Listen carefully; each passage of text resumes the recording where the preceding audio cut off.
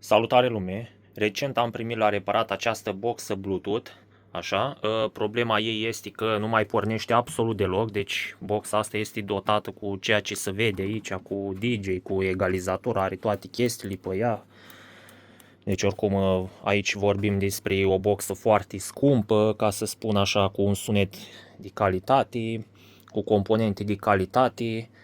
Are bordul ăsta din față e din aluminiu dur. Mânerile astea sunt din oțel cimentat. Cutia este făcută din placaj de Itego, ca să spun așa, are mânerile astea metalice aici, ceea ce e foarte interesant. Aici are USB-urile astea, dacă vrei să conectezi un calculator poți să-l conectezi prin USB-urile astea, de fapt are USB 1 și USB 2. Aici în spate are butonul ăsta de on-off, deci producătorul a pus dita mai butonul pentru că boxa asta consumă undeva la 1 kW, ca să spun așa. Aici arată și specificațiile și aici văd că scrie 400 de W, deci probabil că n-au pus și ei butonul ăla așa. Aici jos e portul de alimentare, uitați ce alimentare sănătoasă are, deci aici bagi cablul ăla de 1 kW și boxa îți produce sunetul mai departe. Așa, va trebui să desfac aici, oricum, deci poate vedea că are roți, roți ajutătoare pentru transport, ca să spun așa. Boxa cântărește undeva la 50 de kg, ca să spun așa. Din față de aici se pot vedea tuterele astea profesionale, așa cred că mai are unul și aici. Uitați ce difuzoare generoase are pe el, ca să spun așa, nici nu scrie de la ce firmă sunt, normal nici nu are voie să scrie de la ce firmă sunt. Aici mai are, cred că, două tuteri sau bănuiesc că sporturile de reflex astea și nu tuteri. Aici mai are încă un difuzor de bas. Așa, deci, acum urmează să o desfac.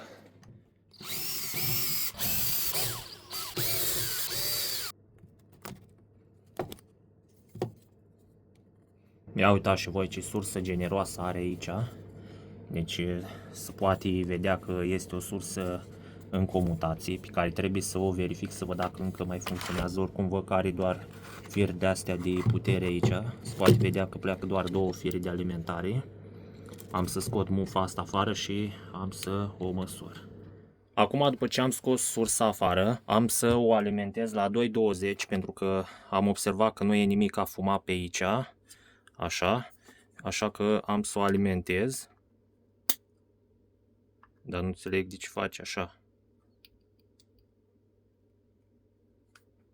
Acum nu mai făcut. Bănuiesc că de la condensatorul de filtraj au făcut toată chestia asta.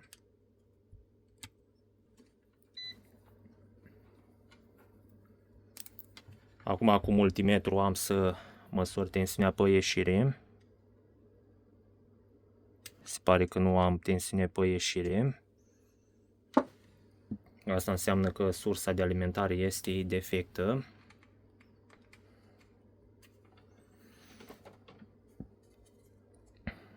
Observ totuși că condensatorii de filtraj sunt pe 35 de volți, ceea ce cred că boxa se alimenta cu 24 de volți, cam așa cred.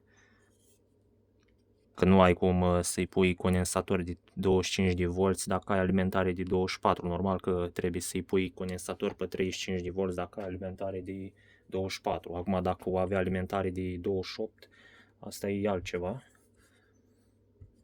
Dar aici pe sursă se poate vedea exact cât are alimentare, deci are 24V60. Oricum am să caut pe internet să văd mai exact ce înseamnă, dar sigur este de 24 de volți.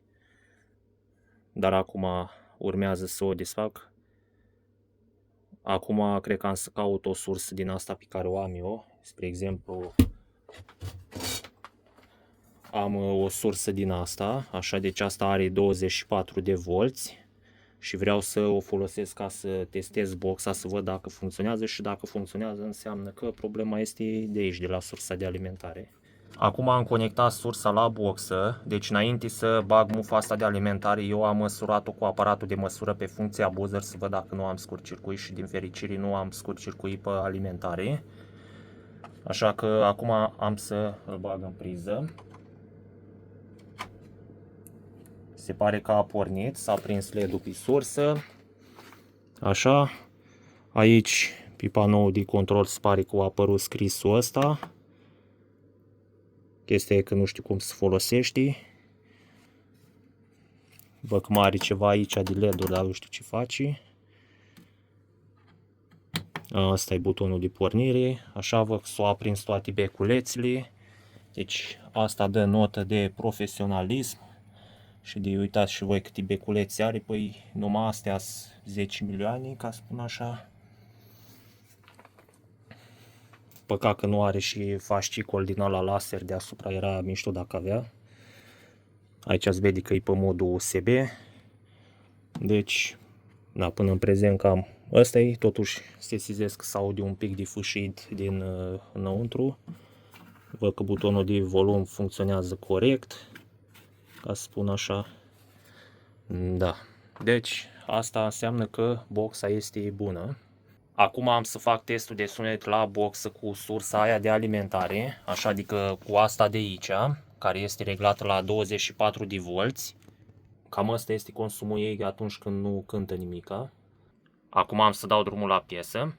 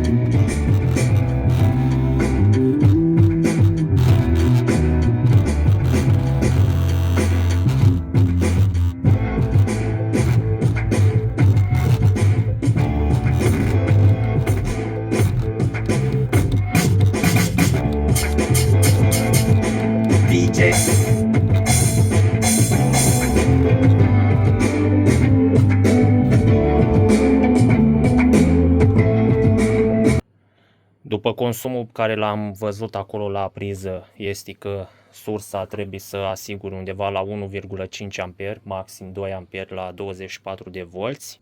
Am să încerc să o repar pe asta, dacă am piesele necesare atunci am să o pot repara, dacă nu am să îi pun altă sursă, acum rămâne de văzut.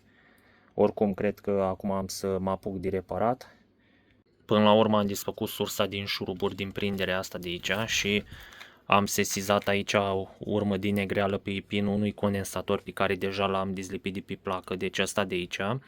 Condensatorul ăsta l-am găsit încărcat. Chestia e că nu știu de ce s-a produs negreala asta aici, bănuiesc că au avut contact imperfect. Oricum, acum că tot l-am scos, am să fac niște măsurători, am să măsor puntea, să văd și pe urmă am să măsor integratul ăsta și tranzistorul de comutație ca să văd dacă încă mai sunt buni. Și dacă sunt buni, atunci am să-i pun condensatorul înapoi și am să-i fac din nou proba. Până la urmă am făcut toate măsurătorile, am măsurat aici unde a fost condensatorul și nu mi indică nimic pe aparat, deci aparatul l-am setat pe buzzer. Am măsurat și tranzistorul ăsta MOSFET de aici și îi bun, deci nu-mi dă scurt circuit. La fel și integratul ăsta am măsurat partea asta de alimentare, adică după astea două diode și rezistență și am observat că nu are niciun fel de scurt. Deci se poate vedea, sper să pot arăta aici seria trecută de pe acest integrat. Sper că se poate vedea. Așa. Am mai observat pe placa asta că are niște contacte imperfecte aici în zona de punte. Deci puteți să vedeți, uitați cum arată contactul imperfect. La fel și pe partea asta de aici. Deci, na, cam astea sunt toate zonele de contact imperfect. În afară de astea nu mai e niciunul dezlipit. Acum am să refac lipiturile și am să îi lipesc condensatorul înapoi, după care am să-l bag în priză. Până la urmă am lipit condensatorul înapoi, am refăcut toate lipiturile astea care erau problematice, adică am relipit și transformatorul, ca să spun așa, pentru că am fost văzut niște contacte imperfecte. Aici, în zona asta de integrat, am măsurat toate rezistențele să văd dacă sunt în regulă și partea bună este că sunt în regulă, la fel și diodele și toate astea. Și acum am să-l bag în priză.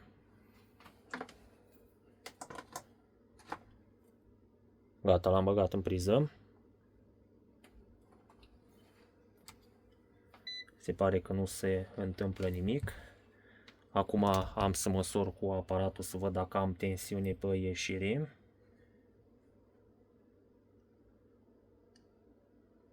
Se pare că am tensiune pe ieșire.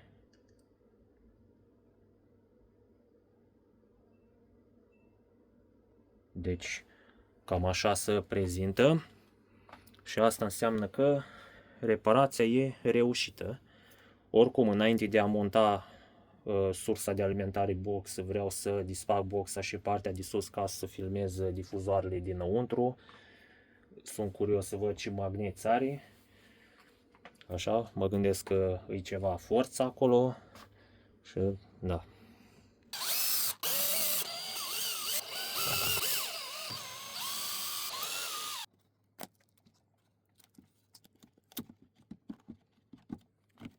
Fii atent că nu vrea să iasă afară. Și tot să țin în cabluri. Da, cred că trebuie să disfac și partea de deasupra, doar că pe aici nu se pot vedea difuzoarele. Se vede că este închis. Oricum, cred că vă puteți da seama și voi ce integrate are aici. Sigur este un TPA nu știu cât, ca să spun așa. Deci, na, sigur este un TPA.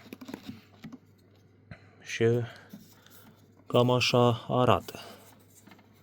Nici nu are rost să îl scot de tot afară, că deja am văzut și are. Acum am să vă arăt difuzoarele să vedeți ce forță e. Deci uitați și voi aici ce magnet are. Deci are un magnet generos de mare. Cred că are pe puțin 1000 de W. Așa. Și se poate vedea și mai înăuntru aici că mai este un difuzor. Așa. Are întăritura aia pe mijloc, exact cum au toate boxele profesionale. Uitați aici, deci se poate vedea ce are înăuntru. Așa. Da, cam asta e. Până la urmă am pus sursa înapoi pe boxă și se poate vedea că funcționează. Deci deja este conectată la calculator. Uitați și sursa de alimentare. Așa. Acum boxa este conectată pe modul profesional, adică 2 ori 800 de W în 4 ohmi sau cât are ea. Acum am să pun o melodie. E o melodie fără drepturi de autor.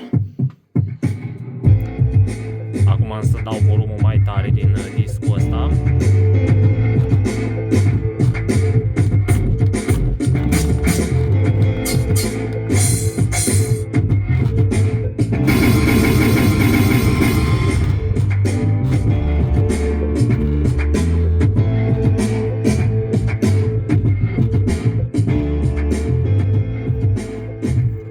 Acum am să dau mai încetul pentru că oricum ați mai auzit-o și înainte.